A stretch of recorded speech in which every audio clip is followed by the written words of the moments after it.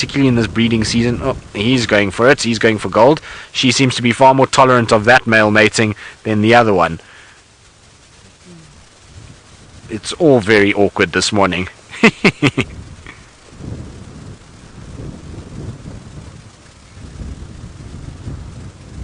Campy and Jui's mommy, no, it's not only the alphas that mate. So the female wise, yes, she'll be the primary individual that mates. Once she's fallen pregnant, sometimes a beta female will also reproduce and will also mate with some of the males. So you can have a situation where two females go at it and we'll be able to have the cubs. Oh no, what is going on here? Boys, you need some education, and females, see, I think she's trying to push him away and trying to keep him from mounting her from behind, and that's why we're getting this awkward mating. But in terms of males, you'll find that actually multiple males will mate with the female. It does happen.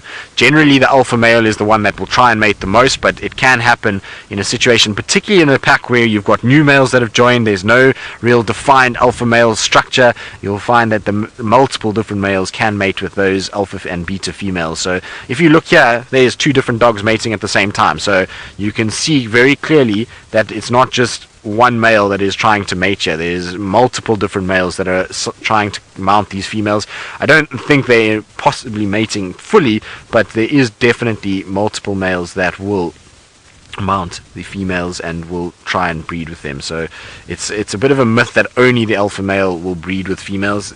There is other males that do as well try their luck. Obviously the alpha will try and stop that as much as possible, but if he's mated himself silly, then you will find a situation that other males will come in and start mating too. It's late in the season though for these guys to be mating, although there have been recorded cases of puppies being born in October and November, so it is possible, but it is very late for mating to be taking place. I'm almost of the opinion, like I say, that there's new males that have joined and they're trying to assert themselves more than anything else. It's not that these females are actually in an estrus cycle, because you can see the females are not allowing it to take place. If they were actually in an estrus cycle and they wanted to mate, did you see that dog was carrying the other one off its feet? Oh, this is ridiculous. There's dogs that are carrying each other around. It's just all over the show. And there we go. So if they were in heat, you'd find the females would actually allow the males to penetrate and to be able to actually mate properly, which is what we're seeing here is not happening. They are trying to avoid actually mating with these boys as much as possible. It's a very awkward situation this morning. It's a very awkward sighting, but highly entertaining nonetheless. And well, I'm not going to lie, I've had a chuckle at a few moments this morning already in these wild dogs. They've certainly been quite entertaining.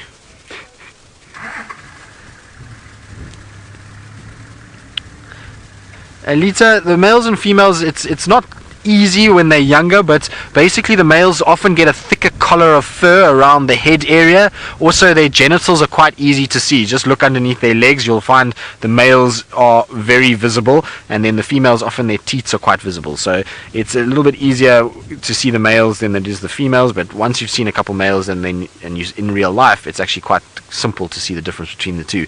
Also, the females tend to be a little slighter than what the males are. They tend to be able to, have thinner necks, thinner bodies, and slightly more petite than what the males are.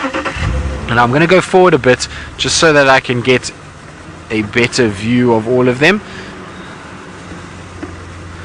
Oh, still more mating. So how many have we got here? I haven't even counted yet. 1, 2, 3, 4, 5, 6, 7, 8, 9, 10, 11, 12, 13. It must be the Investec pack. If there's 13 of them, it must be then the Investecs. And so I'm curious if this pack den, I need to find out from Grant if they did den. I thought they denned in the Magnoleti, but obviously there's no puppies here whatsoever, and they would be of age if they did den, that they would be able to start actually running and start actually moving with the pack. So I'm very surprised. There must have been either they lost their puppies and there's a potential that they might breed again. That also can happen with wild dogs. If they lose their puppies, they sometimes will have a situation where they can breed again if conditions are favorable and food items are available. So it is possible. These poor females, they are being absolutely hounded by these males. It can't be comfortable. Imagine having a situation where you literally have to chase males off all the time. And it's two females in particular that are the ones. In fact, now there's a third female also trying to be mated from the front. So there's just, it's an absolute mess. Boys, you are not behaving this morning. You are all over the stage.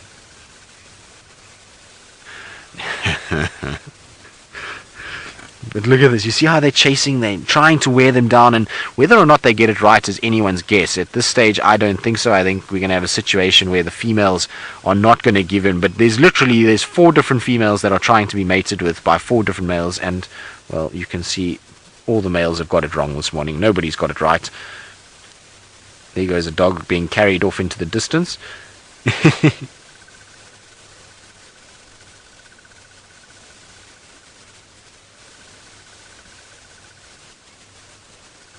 Shamsan, are you saying are there chances of the dogs denning on Djuma? Shamsan, in all honesty, I think no. Given that this pack's core range is Manuleti, Buffels Hook, very seldom do we see them down here in Djuma, so no, I don't think so. But I suppose it is possible. And in terms of gestation periods, it's a very, very short gestation that they have. So they don't have a gestation period that is very long. And the reason why is because, well, when the puppies are born, they're absolutely tiny.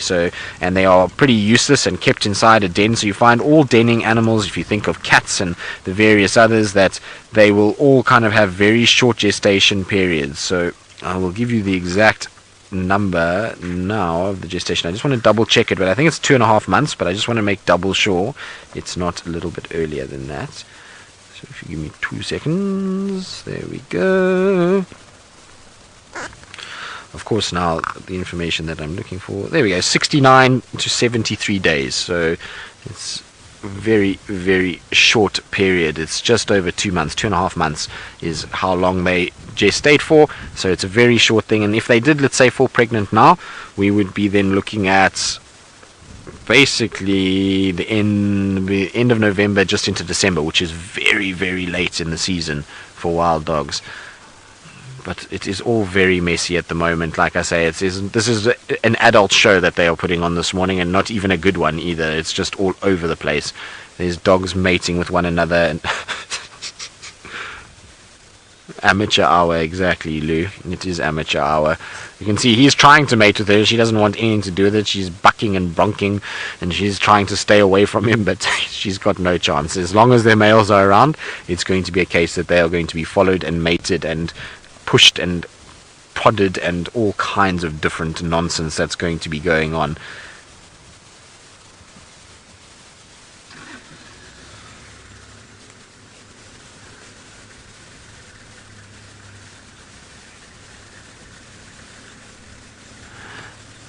So Laurie and Jimmy, you're asking if they get is it tired, Lou? I think I heard correctly. Or do the dogs get tired when they mate? I would imagine. Oh, tides locked together. Ah, okay, there we go. Thanks. Sorry, I thought tired wasn't the right word. Tied together. No, not that I've seen it. The mating is quick. It's much like the cats in that they mate very quickly. The females generally are not hugely impressed by it, but basically what they do is the male will normally grip around the hips of the female, and then he mounts her and mates with her like that. So the mating process is very similar to a dog in the way that they actually kind of come together, but they end up really doing it quite fast. It's not a long drawn out process like you would see with dogs. They just quick and it's done and over. You can see he's basically trying to wrestle her down, but you also notice that unlike the cats, the female needs to be standing. He doesn't get it quite right if she's not standing. You can see he's nowhere near.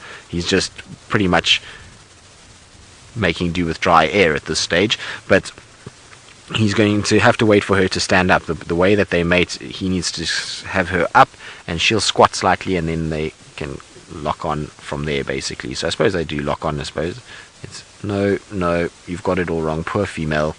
This is just, it's embarrassing for them. You guys are not doing the male wild dogs proud at all today.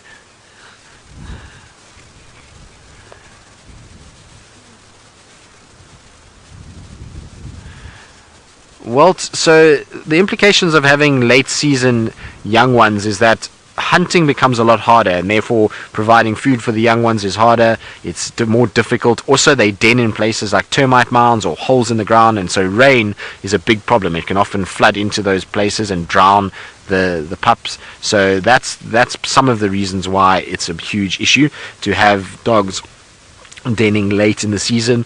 Also, like I say, just food becomes a lot harder to catch than what we see in the winter months. In the winter they can hunt close to water, and they generally can find food very easily. In summer, things are a lot more spread out, and the density of food items maybe is a little bit less, which makes it a lot harder for these guys to actually be able to find the nutrients that they need to sustain these puppies. Remember that puppies, they can have 18 pups at once. It's really a lot of puppies, and it can be really very difficult. I think the record number of pups that's ever been born is 21, I think, which, can you imagine, 21 little ones that you have to look after? You need the best possible conditions and the best possible amount of food in order to sustain that. Oh, shame, girl. Is he chasing you around? So that's the male there. You can see what I was talking about earlier with a thicker collar of fur as opposed to her. Look, so you see her there. She doesn't quite have as thick a, bulky a neck. So it's almost a bit of a mane structure and slightly smaller than what the male is. Right. Well, it seems as everybody else is going to rest. There's still our awkward pair in the distance there, and that everybody else is now sleeping and taking it very easy and is spread out, which is fantastic news. But while we enjoy these guys a little bit longer, let's go across to Brent with his fluffy little lion cubs. With the Black Rock Pride and the tiny little cubbies. Now, looks like they've brought them back to a den. We've actually discovered more cubs now. So there's 5 cubs.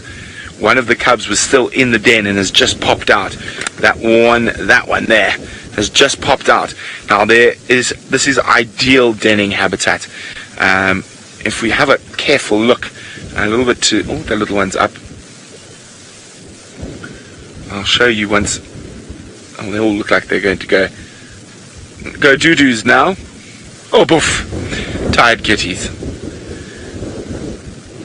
But the little ones aren't quite done yet.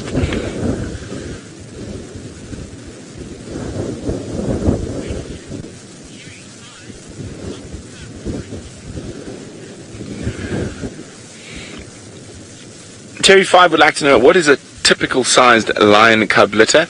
They are between 1 and 4 typically. The largest in the wild ever recorded is 8, and that was also in Kenya, in Nairobi National Park. But between 1 and 4 is typical of lions. Oh, look at this. They do love tails.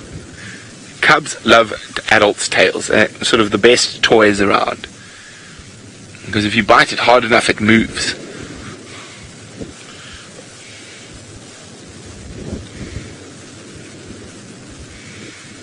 So there are older cubs with the Black Rock Pride, which are not far away, where we were with the male and that lioness on the rock earlier. Oh my goodness. It is absolutely edible.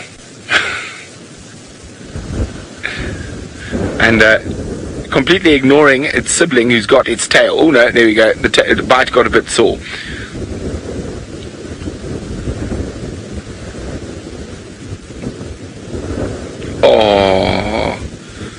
Oh, little ones.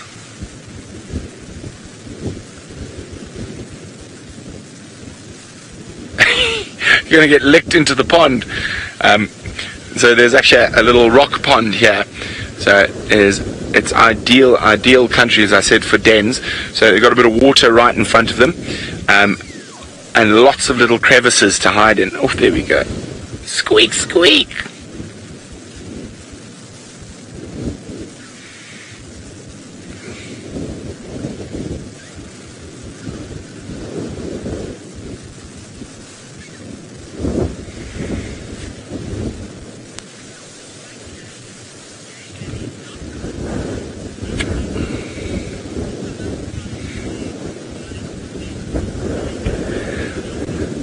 Hi David in the beautiful Napa. David would like to know, are the lions lying on the rocks because it's warm? I think these rocks are not warm yet, but they will become warm as the day wears on, and they'll warm up quite quickly, but I'd say they're still probably Or maybe they're lukewarm by now.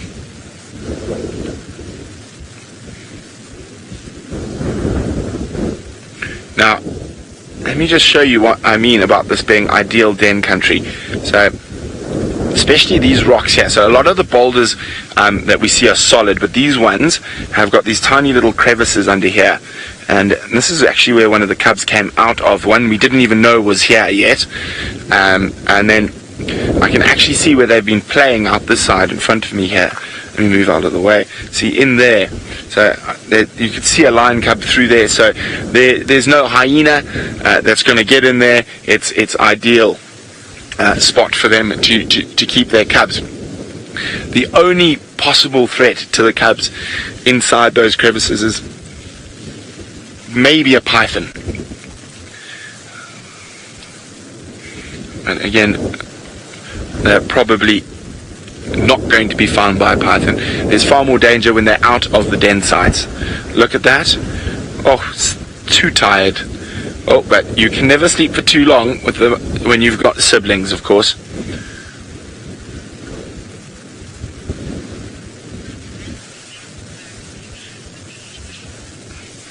Well, it's been absolutely spectacular getting to know the latest editions of the Black Rock Pride. I am on an absolute high after that. So I'm definitely going to come back here this evening. Maybe these girls will hunt. I mean, they do have 5 or 6, there could be 7 cubs in amongst these rocks that we don't know about, so they could hunt again. But we're going to send you all the way back to Tristan with wild dogs with some very unusual behavior.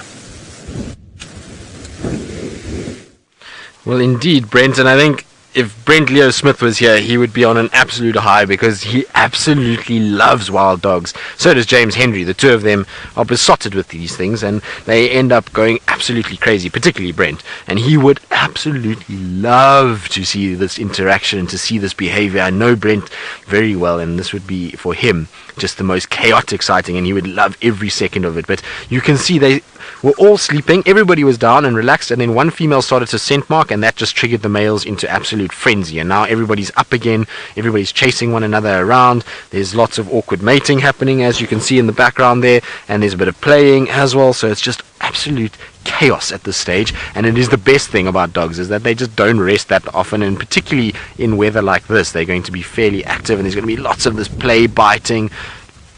And there we go. The story you say is like any college bar on a Friday night. Well, yes, exactly. I think it's a free-for-all at this stage, and the boys have definitely had far too much to drink at this moment in time, because they are just behaving like absolute animals. And well, I suppose they are animals, so it's okay. But you'll see, look, there's lots of games, and they're chasing each other around, and it's males and females that are busy kind of going up against each other and pushing each other up in that typical pattern. On the floor. There we go. So this sensor's just showing me the collar on this particular individual. So most of the packs are collared at the moment. They've got a project going where they're trying to, oh, look at this, these two, are they tawny eagles that are busy going after each other? They're kind of chasing each other. So these guys had a kill, and obviously the tawny eagles came in, and now they're having a little bit of a go at one another into the distance. But the thing is that they are collared at the moment because they are busy doing a whole test on distemper. So the dogs are collared in order to be able to get the distemper virus under control, and to try and see if they can vaccinate against rabies and distemper and try and keep our wild dog populations better. So there are, I think, 22 different packs in the Kruger National Park now, and of those 22 packs, I think 19 or 20 have been collared. I think there's only one that hasn't been, or they might have actually got them all by now. And so they are now monitoring exactly what's going on. They can work out if the pack's not moving correctly, or if there's irregular patterns, and they can then go and have a little check, and also then keep them up with their vaccinations. So there are collars on one dog in pretty much all the packs in Kruger at the moment, and it's, like I say, all just to be able to monitor them and keep them safe. Remember, their numbers are declining rapidly, and distemper and rabies are two of the biggest problems that they have. And so that collared dog is highly important, and I'll have to let Grant know that we saw them today, although he would have got a collar ping to say that they were somewhere at 6 o'clock this morning, and I'll just let him know that we did see them and send him some photographs of all of the individuals, because he likes to monitor and make sure that all the individuals are the same. And it's so interesting when you sit with Grant, who like I said is this he works for Endangered Wildlife Trust and monitors the dogs in Kruger. It is super interesting to talk to him and to see exactly what's been going on with dogs and how little we actually know about these guys. They really are an animal that has been completely misunderstood and has been prescribed very badly in textbooks and things like that. A lot of their behavior is not accurate at all.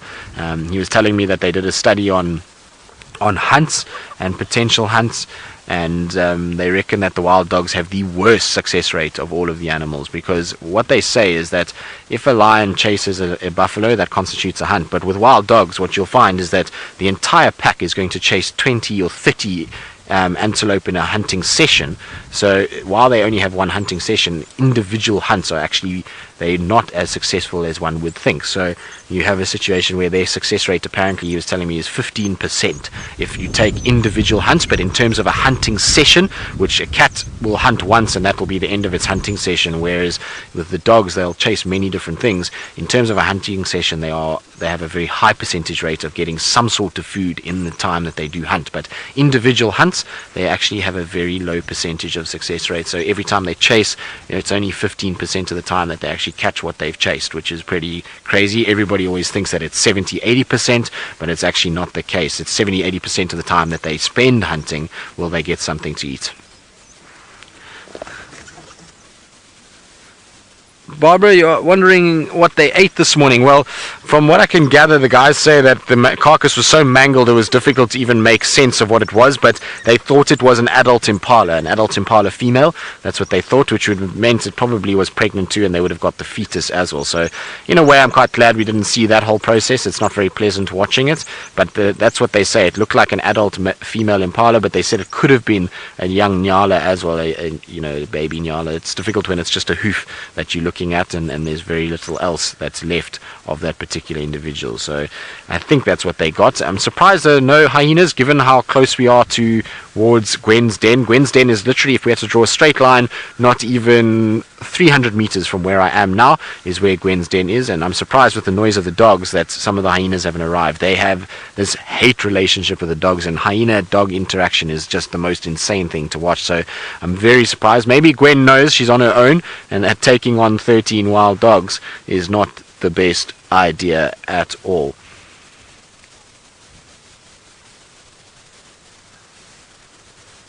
But it's interesting. This particular area, for me, it would have to have been an impala that they went after.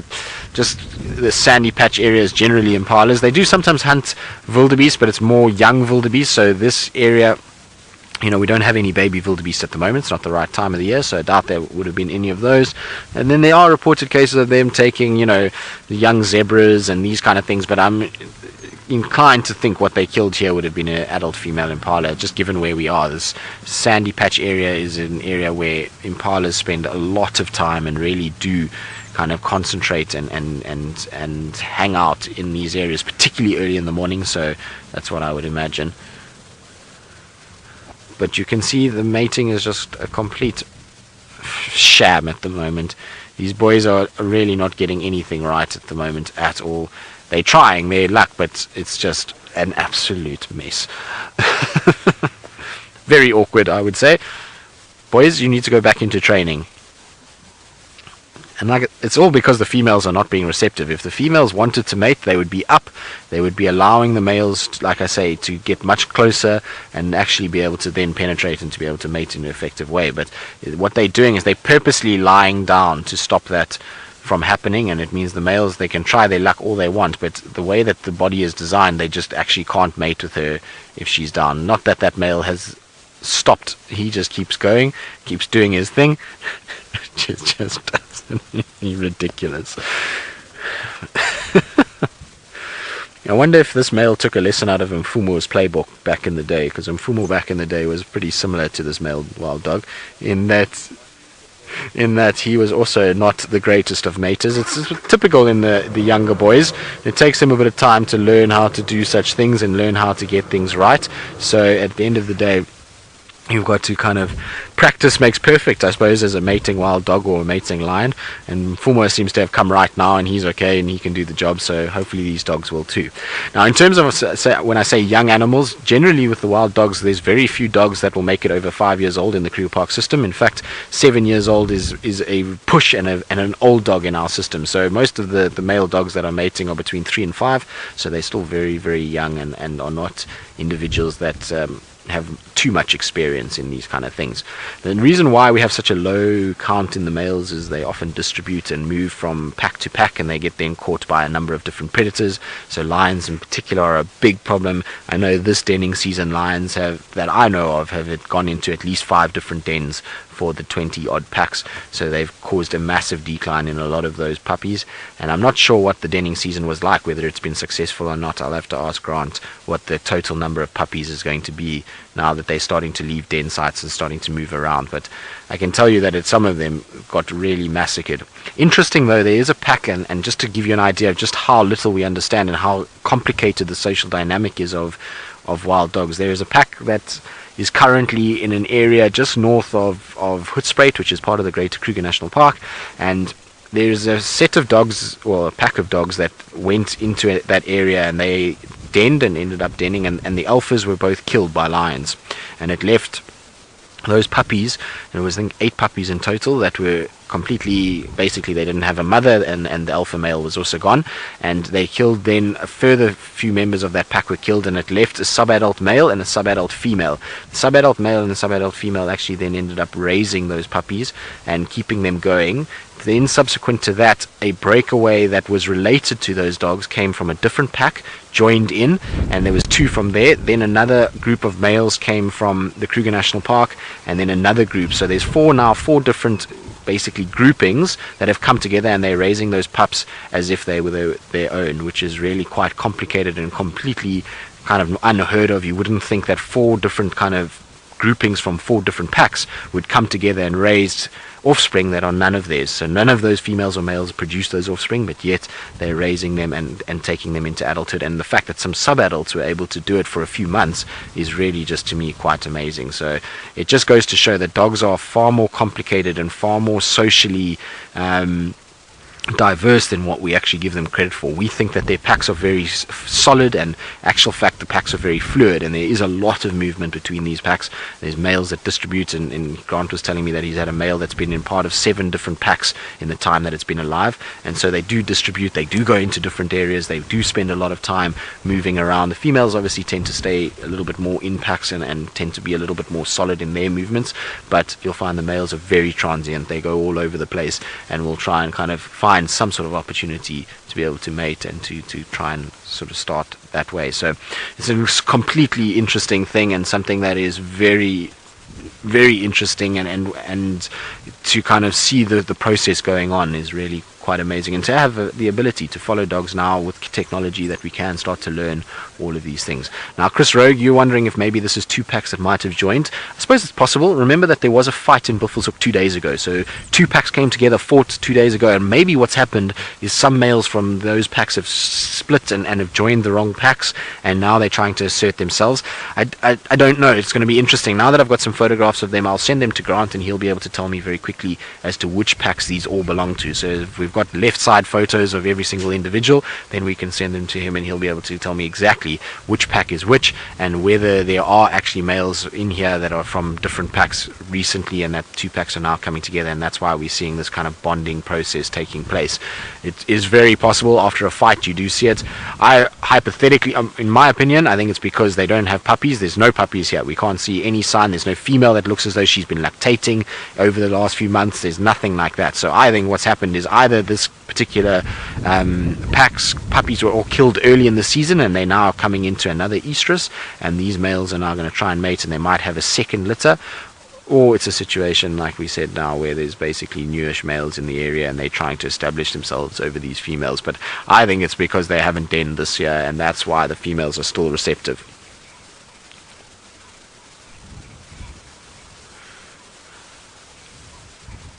M. Ruth, you're asking if the males fight for mating rights, especially if they come from different packs? Well, there will be competition for sure, although you saw now with this whole process that we had, there was 3 different females that were being chased around. Of those 3 different females, there were, I think I counted 6 different males or 7 different males that were trying to mate with those 3 females. So there is a number of different males, but there was no aggression from male to male. So they were all just trying to bounce around and trying to secure a female for themselves. And you can see now there's another male that's moving towards a female, sniffing at the female, you see. So this is now a different male that's going in. So there is a competition for the alpha kind of male and to become the top of the pack, but there's not that much aggression. It's not like male lions or male leopards that will really go at each other and kill each other over mating rights. It's not the same. You will find multiple males will mate with the females if the females allow it, but generally the alpha male kind of sections off that female, mates with her for that period that she's in estrus, and she falls pregnant, and then there's no need for her to mate with other males. So that's what you see. But there will sometimes be cases where you get like this, where there's 5 or 6 different males mating with the same female. Bill, you say we've got to give the males an A for effort. Well, A for perseverance, I think. Effort, maybe not, because the effort is really not very good. But perseverance, yes, they are not going to stop, and they're going to keep hassling these females until such time as they can get this right, or until such time as the females just completely lose the plot and bite at them and really kind of get rid of them. But there is something that's causing them to do this, and I'm sure it's because at least one of them must have some sort of estrus cycle kicking in that's causing the males to behave in this way. Right, now from one endangered carnivore that is very difficult for us to find here to another one that we battle to find here, but that Tayla McCurdy in the Masai Mara has managed to find, and that is the spotted, beautiful, fastest land mammal. Got ourselves a cheetah. A cheetah. How beautiful is that? A lovely young girl. She doesn't seem to be particularly old, in fantastic condition.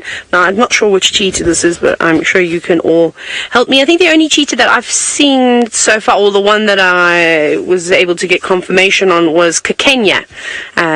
I think this might be the same cheetah that Brent has been seeing around, and maybe I've seen her before, because I remember I did take a picture of a cheetah not too far away from the escarpment about 2 weeks ago, while we were following the sausage tree lionesses, and they were stalking all sorts of things. They chased zebra, and then they'd also chased giraffe, and she's looking for something. It's quite interesting that she's hanging around up on the escarpment. It's quite rocky here. Maybe she's looking for something small, like a scrub hare. I was saying, this would be a good area. You often see baboons feeding around here. Maybe she's looking for something like that. A klipspringer, which is a small antelope. But now this is the tricky part, is, Ferg makes it look like we're on a relatively flat surface. We are parked in a ridiculous position. See how she keeps looking back up towards the escarpment? I wonder what she's going for. I think she's just keen for anything, whether it's a big meal or a small meal, just to keep her going. Maybe she's trying to flush a scrub hare or something out of these rocks, because they would come in and utilize these. Right, so what we're going to do now, before we lose her, this is the fun part. We need to try and get off of this hill that we've got ourselves on. And I'm going to try and unlock the steering wheel, because, this car is just so wonderful. Okay, try and go slowly, as I've climbed rocks. And the brakes don't work, the handbrake doesn't work. It's so exciting. Got to rely on the clutch a lot, sorry. Probably going to burn you out, but well, we'll just have to replace that as well. Up we go over the rock, so we can't go anywhere quickly. We've got to make sure that we do this carefully, and also I need to watch where I'm going. Very easy to turn a car over just with one false move. Remember, we've got a very heavy roof on as well, which will also unbalance the car.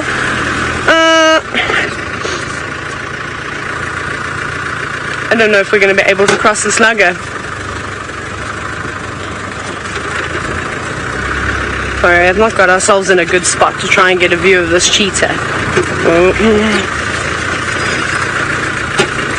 Maybe we can cross here. It's so steep.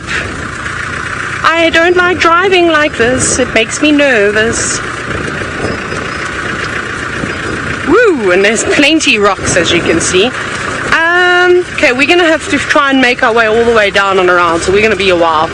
She's right up there, but we can't cross that at all.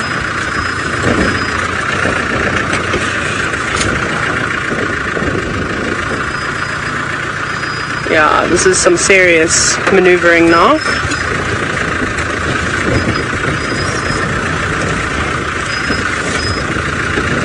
Goodness, Tayla, what have you got yourself into here? Well, like I said, we probably can take us about 10-15 minutes or so to try and get around. I've got to go all the way up and around again. I can't go down here, unfortunately. Okay. Well, everyone's realized that I need a bit of time to try and maneuver, so let's go back to Tristan and see what his wild dogs are doing. Well, we have a hiatus in the sex crazed morning that these dogs have had, so everybody is just having a little rest now and just taking it a little easier, and I'm sure it's just a brief period until they start all over again. The poor females, they try and lie down and they kind of try and get away from the males, and then the males get a little bit bored, they lie down, and then as soon as a female even remotely twitches an ear, there's a male that's on top and trying to do his thing, and that's causing a little bit of a stir in amongst them. There you go, you can see in the background there's one that's trying his luck, even though that female is sleeping. Oh, now he's just going to take care of himself quickly, make sure that that's all okay.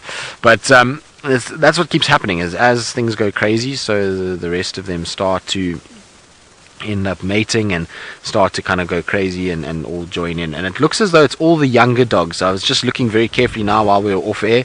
It's all younger individuals that are kind of partaking in this. It's none of the really older adults. The older adults seem to be these ones that are lying more to the left side of this pack, so that's the right side there where we've got the younger individuals, and then this side here seems to be the older ones.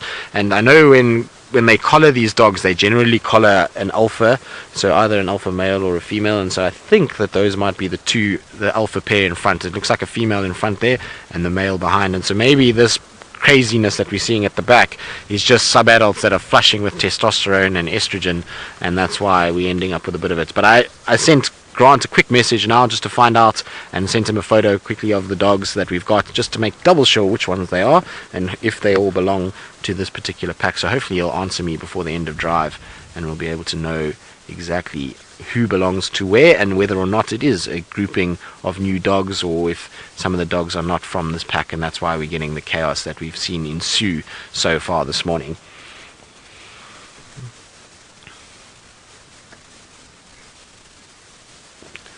Little one, you're asking if the blood is corrosive to the tracking collars.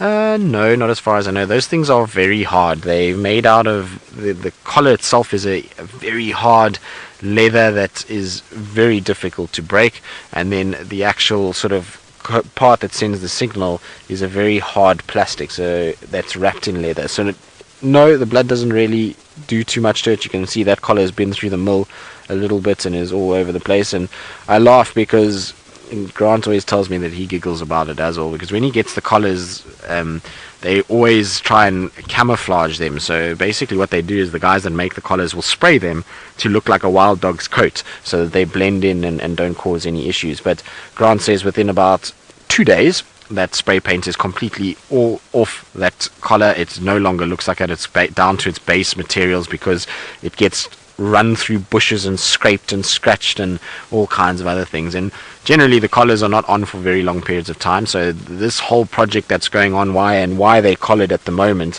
is only going to be for the 2-year process. So once that 2 years is up, all the dogs in the Kruger, the collars will start coming off again, and they'll then try and leave them not collared for quite some time. So there will be obviously individuals that they will keep collared just to watch range motion and just to keep things going, but most of the packs will not have the collars after this whole process has been done, and after the distemper and rabies vaccinations have happened.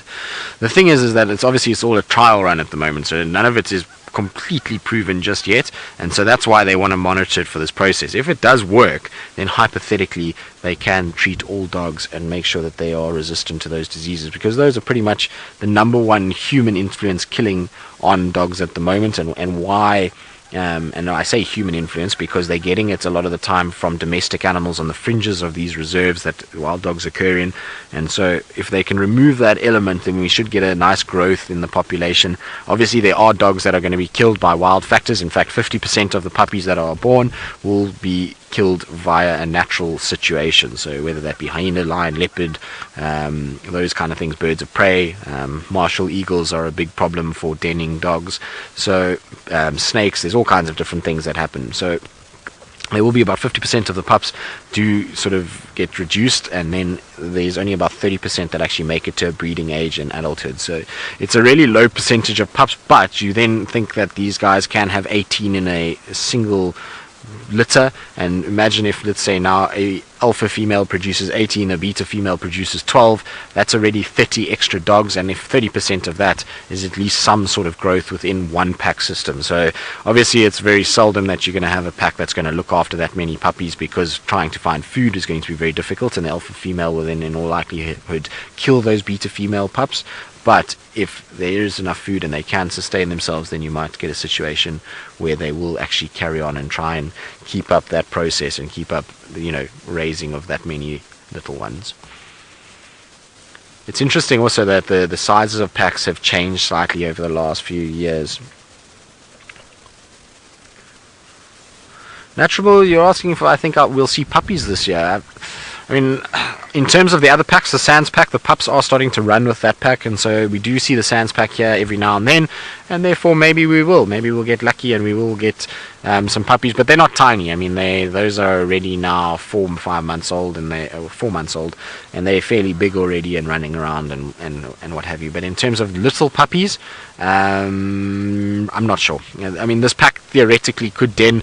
Chances of it denning on Djuma, though, like I say, is almost nil. Like, they spend very little time here. If you think this pack hasn't denned as far as we know and hasn't had puppies, yet we've only seen them once in, I think, or probably twice in the last 5 months, means that this is not an area they spend excessive amounts of time and therefore are not going to den here. They'll den in the core of their range and away from threats of other wild dogs, as well as where they know about lions and those kind of things.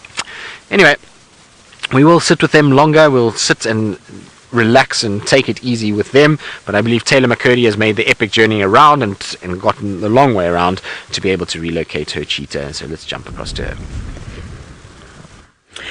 Wow.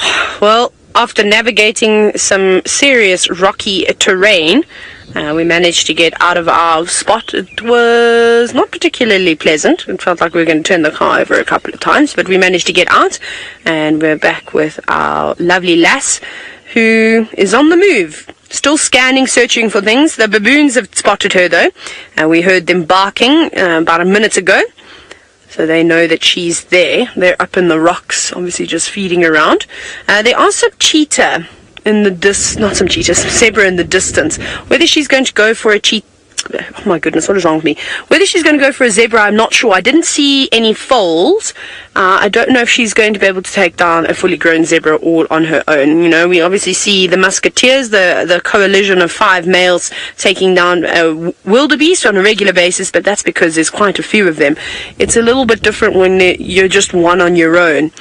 Now, cheetah, the way that they're built, obviously we know that they're built for speed. And when they try and take down prey, they typically want to try and knock it to the floor, because they don't have as much power in their shoulders as a lion and a leopard does. All their power is in their hindquarters.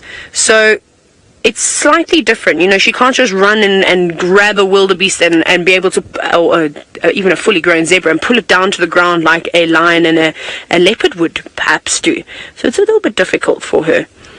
She's hungry. She's panting a little bit. She's been very nervous. She keeps looking behind her, so I don't know if she's maybe had an encounter with a predator of sorts already this morning that's rattled her slightly. She's not bothered by us, though. She's not scared of the cars. That's why I think it was something else that she's bumped into, and it wouldn't surprise me. The sausage tree pride hang around here. There's plenty of hyenas around. We know that they'll give them a run for money, and with all the luggers about, it wouldn't surprise me if there is the odd leopard lurking about too, just that we haven't been able to see. But she's using these ridges. She's standing up tall. She climbs up on the rocks as well. She put on a good show for us for quite a while, in fact, standing up on the massive boulder, scanning around, and that's great. It's the only opportunity she's going to be able to spot game, especially in this terrain. There she goes. We're crossing all those luggers and ridges at quite a speed. And that seems to be the thing that she likes to do. Every time she goes downhill, she gets into, I wouldn't call that a sprint, a bit of a jog. And she goes through, and then she stops like this, and she looks around. So I wonder who she's going to go for. I'm trying to see if there's anything behind us. There wasn't really much game other than herds of zebra, although I did see the odd warthog laying in the long grass, so maybe she'll go for something like that. I think a big boar would be a handful for her, but maybe a sow. We know there's lots of piglets around. That would be a very easy meal and a nice snack for her too. So maybe she's going to go for something like that. But still just sitting up, looking left, looking right. How long that tail is too. It's amazing. Very windy all of a sudden again at the edge of the escarpment. Now, what I did notice on this cheetah, and hopefully we'll get a closer look at her. She's, like I said, she's very far away from us now. But on her right shoulder, just keep in mind, I did see 3 spots in a row, and I want to check my photos when I get back to see if I've got any sort of right shoulder profiles, and see if it is the same girl that I think I've seen before. We're not far from where we saw her. So we'll have to have a look. Maybe some of you have also got some pictures, but I'll show you what I mean when we reposition. To do is scavenge a lot, so they're reluctant to go and feed on a wildebeest carcass of 2 weeks. They seem to prefer catching their prey and then eating it. So I would assume so. Like I said, the fact that she kept looking up on the rocks, scanning, whether it was because she was nervous of the baboons, because a big male baboon would definitely harm, and we know that baboons can kill leopards, and there's many stories of that happening. And so maybe it was a safety issue, or maybe she was licking her lips. There's a zebra. She didn't look like she was interested in the zebra, though. Where's she gone now? Oh my goodness. She's running away from them. Right, let's reposition, otherwise she's going to disappear. Again, we're quite far away. We've just got to...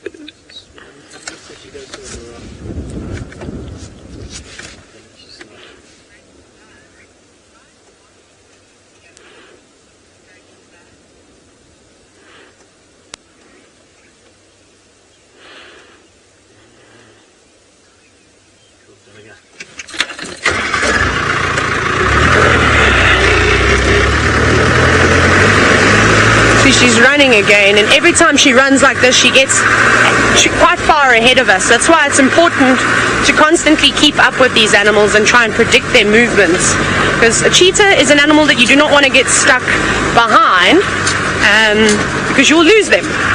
So we'll have to just go all the way down here and go around again, but we'll keep maneuvering and we'll see how long we can follow her for. Back to the Sabi sand you go, with one of the most endangered creatures in the world. Indeed, well, from one endangered predator to another, as Tayla was saying, but you can see the toes and the feet of these wild dogs, very different structure to what we looked at yesterday with Tumba's feet. Tumba had those big, wide, round paws with very neat, round toes, and those 3 lobes at the back, and the claws were sheathed. There you can see these claws are out, they're blunted from running around and moving, and the toes are very much squashed together. And I was saying yesterday morning when we looked at tracks for the wild dogs that they had a very squared off back pad, and you can't quite see it from this angle, but hopefully these dogs will just move, or that dog will just move its foot slightly forward, and you'll be able to see that the back of that pad is completely squared off and is completely flat.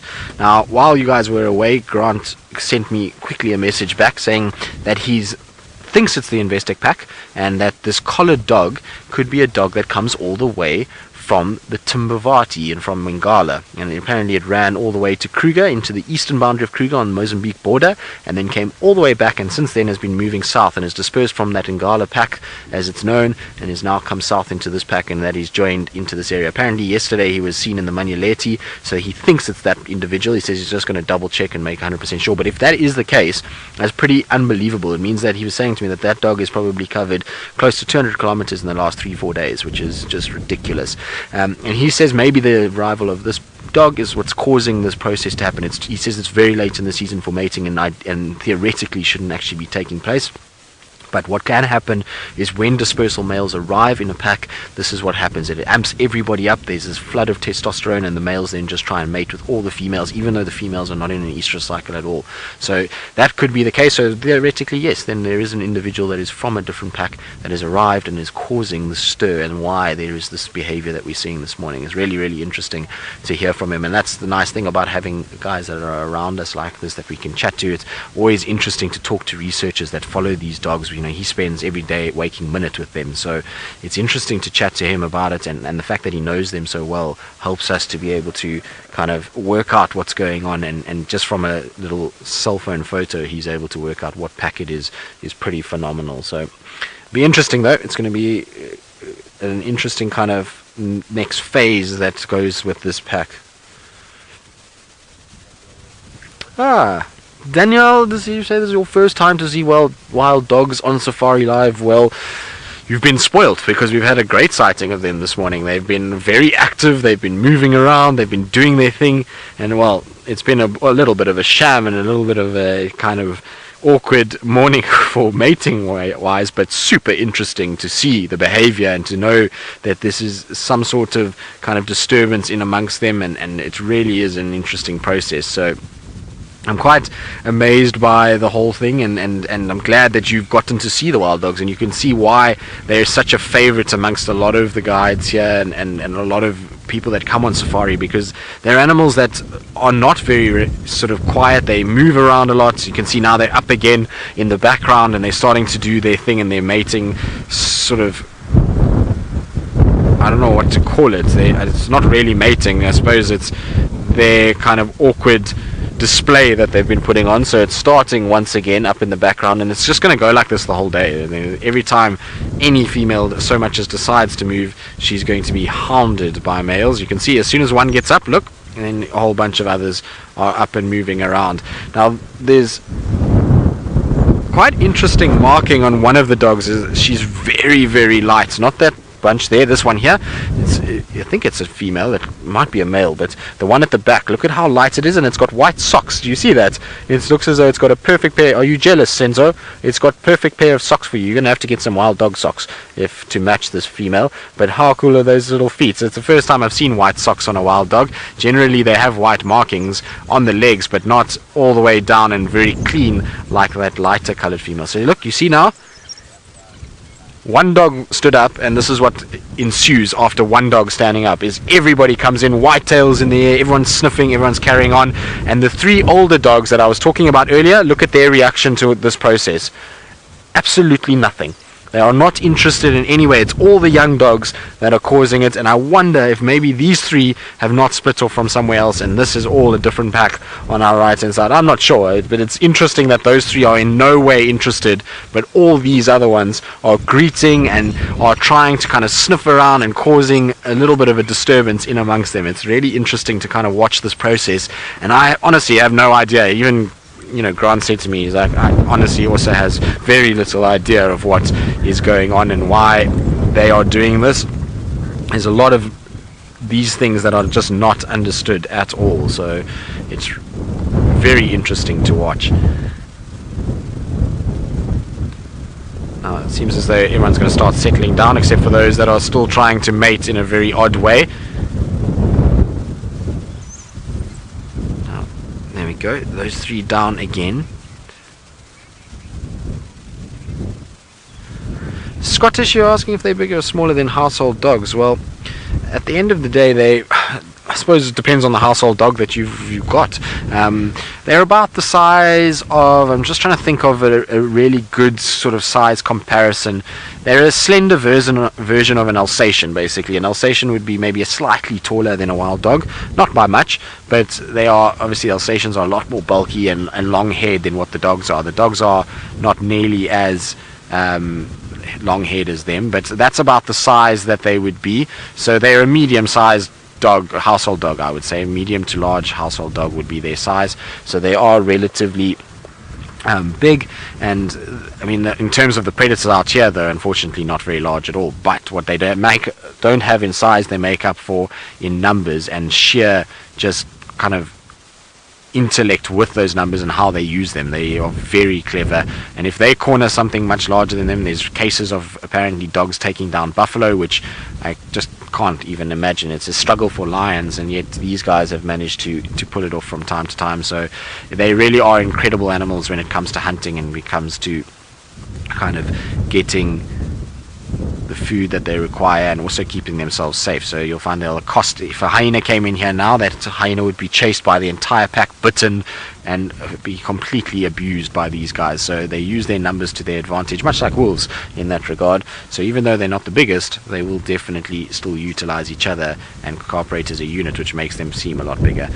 Oh, these poor females are having the toughest time.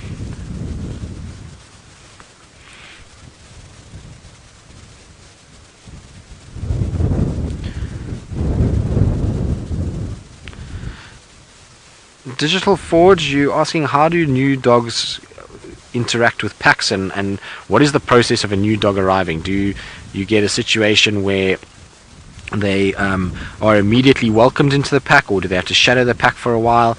Generally, you'll find if it's in conditions in breeding time and in the mating season, generally they just form part of the pack and they kind of are there, and you might find the alpha male getting a little bit upset if it's another male coming in, but otherwise they're fairly social. They don't mind other kind of packs joining, especially if they show submissiveness and they kind of come in and they're slow, and they will shadow for the first little bit. I mean, it'll be maybe a day or two that they'll kind of be on the fringes, but soon after, once they have rubbed up on the others and they take on the scent of the pack, because remember, they'll rub up on the others, and it's half of the kind of way that these guys understand each other is by scent. And so if they smell like each other, then they become very quickly, do they accept them. So it's just an initial day or two that is a little bit uncomfortable, but after that they're pretty much integrated and part of the pack. And it's normally around food, because what happens is they kill something and that member then joins in and rubs up against them, and then that scent is just like the rest of them and is then accepted by the pack. And that's how puppies sometimes that have been orphaned and they then try and reintroduce them to a pack, is they'll actually dart a adult member and they'll rub the puppy on the adult member before they wake them up, and then they let them go like that, and generally, hopefully, then they accept them as part of the den and part of the puppies that they have had. So it's an interesting process, and how they use their olfactory sense to be able to try and work out who's who. There's still young ones in the back that are looking around. Everybody else is starting to go to sleep now, but it's still the odd young one that's pottering about in the back. But I think they're beautiful. If you ask me, their markings are astounding. They've all got different coloration, all look slightly different, and I really think they kind of have these unique and intriguing coats, and it's always nice to see. What are you doing? That poor female, she is being hounded by that male. You can see she's got a little bit more of a delicate face than him as well, and a smaller muzzle than what he does.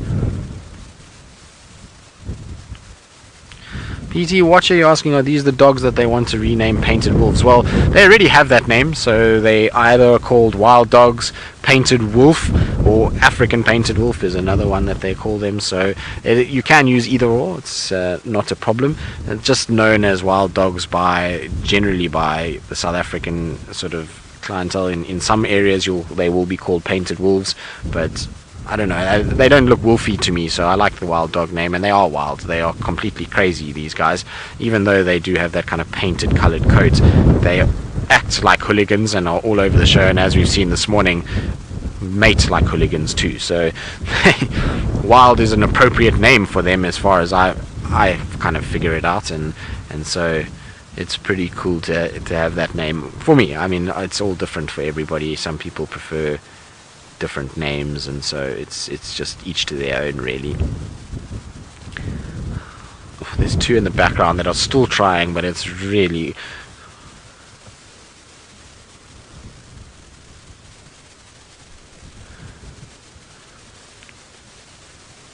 Buttons, there is a massive push to treat these domestic animals on the fringe of the reserve to try and get them to not have distemper and rabies and those kind of things. But you also must remember you're dealing with a population that is living well below the average income line. It's a poor area, it's a rural area, and they have difficulties in even providing food for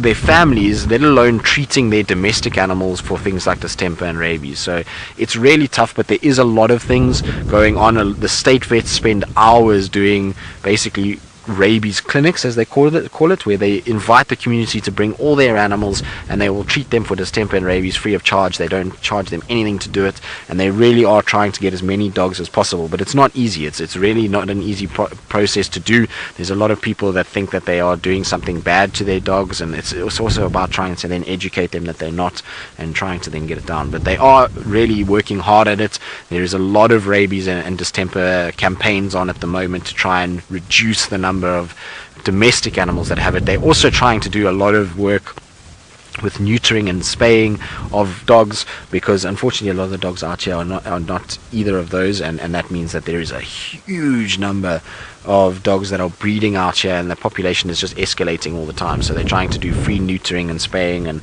just trying to control the population a little bit, and then also obviously try and control the amount of disease that's being spread by them. So yes, they are working on it, but it's a monumental task that they are trying to undertake. It is a lot of work, and it's going to take some time to get it right. They're not going to get it right very quickly, but they will get there eventually, and the more we can educate, and the more we have people from the communities working in areas like this, the better it's going to be. The more they're going to understand the value of trying to protect things like a wild dog, and then getting distemper and vaccinations for their animals that they have at home, and spreading that through the community and telling them what's going on. So yes, there is big projects, and there's a lot of sort of people working on it, but it is going to take time, and there's still going to be those that slip through the cracks. The problem with rabies in particular is the reason why it becomes such a big issue is that rabies is when it affects an animal, the animal becomes completely disorientated. It doesn't know where home is, and so a lot of the rabid dogs end up drifting from their owners and going off then into the reserves, and that's why we see the issues that we do. But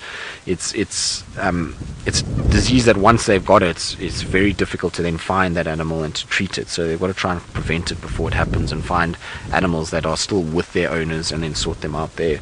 But I like I say, I know for a fact, because I've some of my friends are the guys that are busy doing these campaigns and actually sterilizing and trying to sort of get into a situation where they are treating rabies and distemper, and they really are hard at work. They do every 2-3 days of the week. They're up and busy. Since I just watched these two, they're having a little game. See, the one is stalking the other one.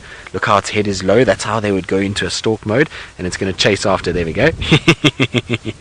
So they're just having a little game, chasing one another. Look, now he's down in this sort of submissive posture. He's like, don't run too far, come closer. I'm pretty sure it's because you... There we go, look. So it's all about games, fun and games at the moment with some of them. So cool to see.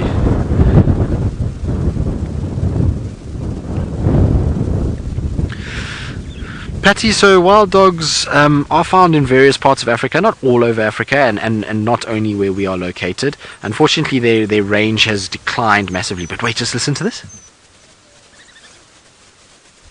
Oh, I thought they were going to start giggling a lot more. They have this little giggle and squeak.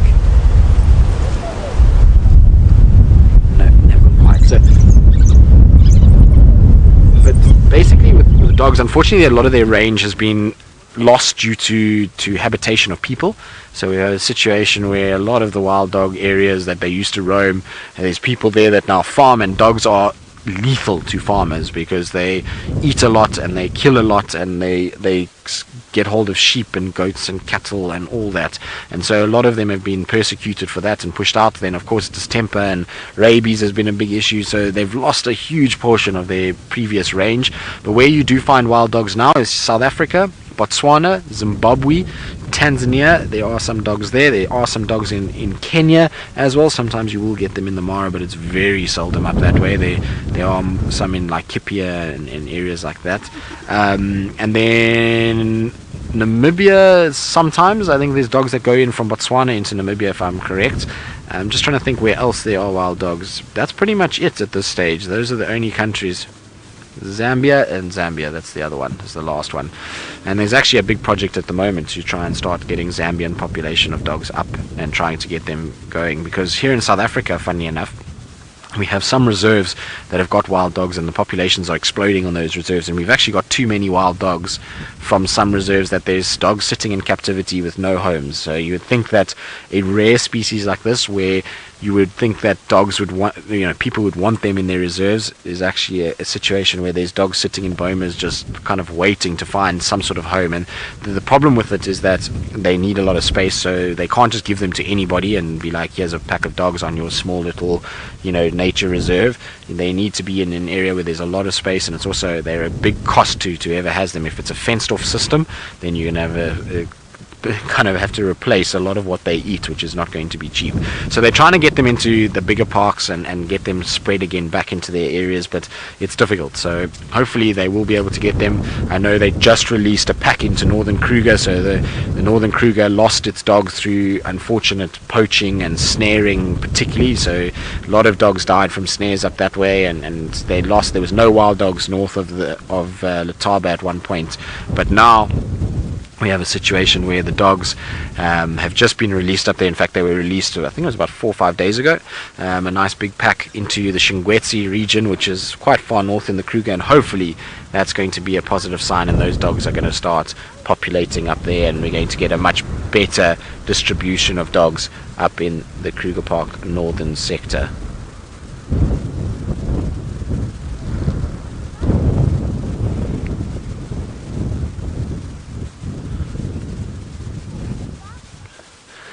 Anna Marie, you say this is one of the best wild dog sightings you've had in a long time. It is. I mean, we've had very few wild dog sightings recently, and so we've been seriously spoiled by this sighting. It's been a fascinating one in that it's been unusual behavior. It's something that we don't see very often. There's also a lot of mystery involved, which I will research after drive and try and chat to Grant, and we'll try and work out exactly what's going on and who every individual is that is here, because I think they'll still be around in the afternoon, and we will spend some time with them.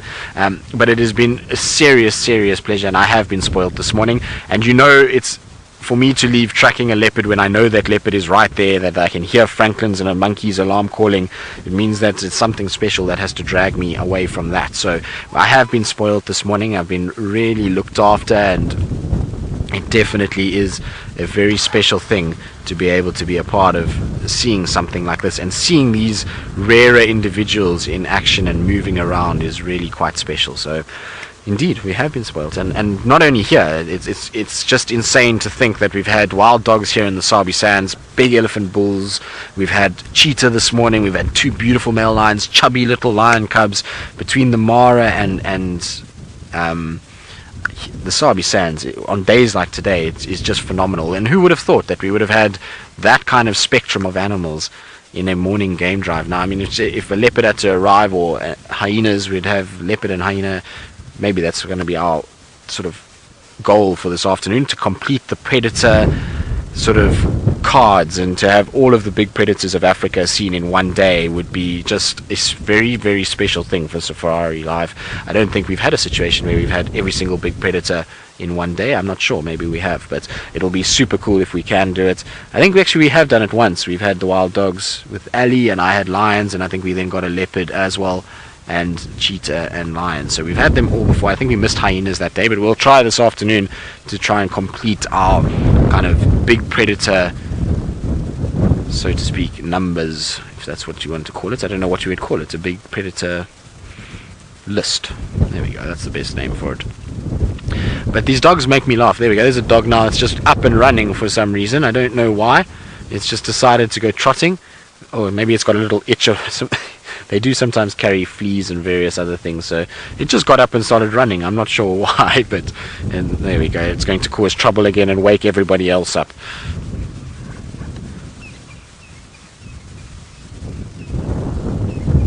Papadano, wild dogs, no, they don't suffer from hip dysplasia because they don't live long enough. So, as I was saying earlier, it's very difficult. We very, very, very, very, very, very seldom do we see wild dogs going over 7 years of age. Even though they can live to 12 in captivity, they very seldom in the wild are going over 7 years. And so to get hip dysplasia is generally later in their lives, and the dogs just don't live long enough to start showing symptoms of it. Also, they haven't been kind of inbred and crossbred and all kinds of other things, which is what hip dysplasia starts to happen, is when those kind of things happen.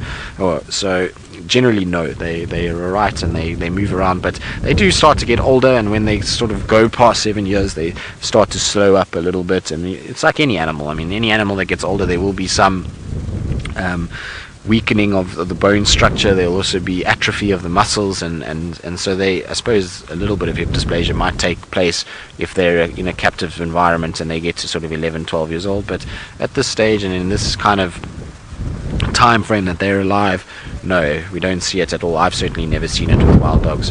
And even if they did get it, you'll find these dogs will push their way through it. They'll make a plan. I've seen a dog with only 2 legs and still surviving and moving around and participating and being part of the pack. So it just goes to show, even in a situation where they've got 2 legs and nothing else, they'll make a plan. And so even with hip dysplasia, they would make a plan and try and get this kind of thing sorted and done.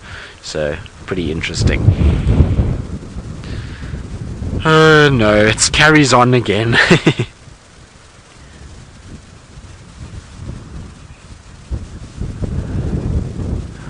Anna Marie and Odie Farming, you're asking, why do I think wild dogs have such a short lifespan? Well, unfortunately, in this particular system that we're in now, a lot of them are obviously being killed by predators, so that's a part of the reason why their lifespans are quite short and why we don't see many older dogs. But the shorter lifespan, probably because of the numbers that they breed. So they breed big litters every year, so they can kind of sustain the population with that. Also, at the end of the day, they're an animal that covers a lot of distance. There's a lot of attrition on their bodies. Remember, they're running all the time, so there's going to be issues with joints and with feet and with all those kind of things. They're going to wear down their claws. Also, the nature of what they feed on, their teeth wear down fairly quickly. They also get ticks, they get parasites, and that will all aid in having a lower life expectancy. But remember that it's not that short. At the end of the day, at 12 years old is what we generally say for male lions, and even we've seen some female leopards succumb at 12 years old from varying aging signs in their bodies and varying problems. So it's not that short a life expectancy, and the thing is that their life is hard, and they end up moving a lot and they do a lot of distance, and so their body's getting abused effectively. It's getting really utilized to its utmost, and that's causing a lot of attrition on that body, and that's probably why you find their lifespan is so short in comparison to us as people. Also, they're a smaller animal. At the end of the day, they're much smaller, and people actually, funny enough, would have even a third of their lifespan if it wasn't for modern day medicine. And so we're just very fortunate that things have developed and we're able to medicate and look after ourselves and get ourselves into a ripe old age, whereas they don't have that situation. So a slightly younger animal basically that has a short lifespan. Right, let's quickly link across to Tayla because I believe she has a cheetah that's just killed something. Oh my goodness, that was absolutely incredible. That is the first time I've ever seen a takedown for a cheetah.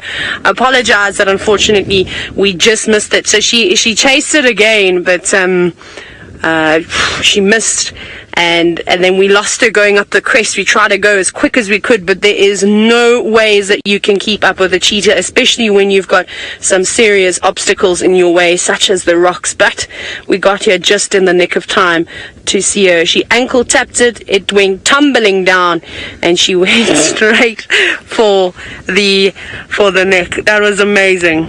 That was so cool. Well done, girl. Much deserved. Right, let's reposition. Let's get a bit of a closer view. How you feel, Ferg? Is the adrenaline pumping? I can't believe we just missed it. Okay, let's go and watch her eat it. Very cool. James, you said, well done, girl. Yes, that is the truth. Well, really, really amazing to see something like this. Like I said, for me, first time, start to finish, out in the open. Woo! I can't tell you how excited I am. Let's just see where she is. Let me know where you've got a spot, because you're higher up than me. She's moving. I'm going to just park our car like this, so we've got a view. There we go. She's dragging it along now. I'm going to just duck to get out of the way. We are restricted. We've got roofs and things, so we've got to position the car in a certain way so that we can see all the time. Well done. That was very well done. I can't imagine how many attempts she's made today already. And her persistence finally paid off. So it's a female Oribi there. Well done. So she's still just suffocating it. And that's what she's doing now. She's got her jaws clamped around the windpipe and just trying to cut off all the oxygen. And it could take a couple of minutes. You're very powerful jaws. Not quite as powerful as a hyena or a lion or a leopard, so it could take a little bit longer, but it is quite a small sort of prey species. That was fantastic. You can see she's panting quite a bit now too. They definitely do use a lot of energy when they're running at full tilt. Wow. What an unbelievable show she has put on for us today. And like I said, this is live. This is happening right now in the Mara Triangle. We have just watched a cheetah make a kill. There we go. Wow. Now she's satisfied that Oribi is not going to get up and run away from her again. Now this is where the stressful part comes in for the cheetahs. Not actually going after and chasing and taking down prey. It's the fact that she is unfortunately quite low down on the predator hierarchy. And when a cheetah does try to catch something, they want to do it as quickly and as quietly as possible. Because unfortunately, if that antelope were to have made a sound, hyenas would have come in, lions could have come in, a leopard could come in, and this is where she's panicking now. She's just scanning around, making sure that nobody is honing in on her. And earlier I mentioned that she looked a little bit jumpy, not because of the vehicles, but I suspect that she has run into a predator this morning. Her behavior was very erratic. And I think that's why she keeps looking back and to the left of her. She's been doing that the entire morning. So there's a pride of lions known as the sausage tree pride of lions. They hang around in this area. So perhaps it was them. That was who we were originally searching for. So she might just take a little break now, just to sort of catch her breath. But again, the stress is going to set in. And ideally she needs to eat that as quickly as she can. Because I've even seen huge flocks of vultures come through and chase cheetah off kills before. So it just goes to show how low they really are on the sort of hierarchy system out here in the wild. She's panting away, desperately trying to catch her breath, but also constantly looking over her shoulder. That is incredible. The adrenaline this morning is fantastic. Now, Leanne, you're wondering if cheetah always hunt alone? Well, yes, this female will. She's on her own. She doesn't have any cubs. If she had sub-adults with her, maybe they'd assist her, and she'd be teaching them, she'd be showing them how to hunt. It's the males that are more sociable and form coalitions. So the famous musketeers that roam around in the northern traverse of the Mara National Reserve, which we have been very fortunate to see a number of different times, they hunt together, and then they're able to bring down bigger prey. But when you are a cheetah, you don't want to kill something too big, because like we've just discussed, is that other predators will come in and harass you and quite easily chase them off their kill. So if it's something nice and small, they can quickly gobble it up, get a feed, and then move on and sort of feel a little bit more safe. Because I feel for the cheetah, having a meal around potentially means putting your life on the line. Because if you stand your ground for too long, then you could risk getting killed. But cheetah don't often stand their ground. Sometimes they'll, growl back at hyena, but if there's enough of them, they'll chase them off. That was super exciting. She might take a little break before she does decide to eat anything, but that was wonderful. And again, I wish we'd just managed to get the whole thing, but things happen very quickly out here, and especially when you're the fastest land mammal in the world. But again, for myself and Ferg, probably won't hunt again, but who knows what else we might find in the big wide open plains of the Mara Triangle. So again, keep an eye out for those live notifications, and we'll have a chat soon.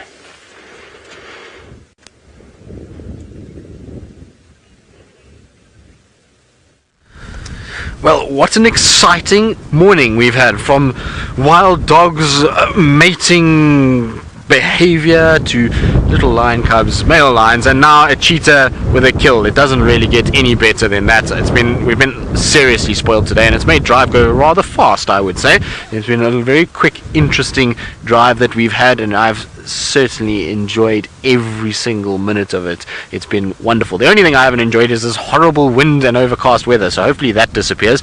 But it's actually meant that we've had such a fantastic sighting with the dogs. Had it been a hot day and clear, these dogs probably in all likelihood would have gone into shade and wouldn't have been nearly as active as what we've seen this morning. They've really been up and down all over the place because it's nice and cool, and the wind is actually what's getting them up every now and then, because it gusts and then their ears pick up the wind and off they go. So we really have been spoiled, and the weather itself has actually played a part of our sort of morning of doing what we have done.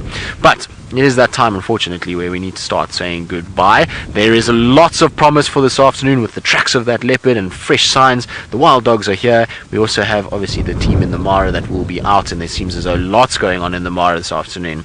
So from Tayla and a probably quite tired Brent, Senzo, myself and Lou and FC, it's been a pleasure. We'll see you this afternoon on our Sunset Safari.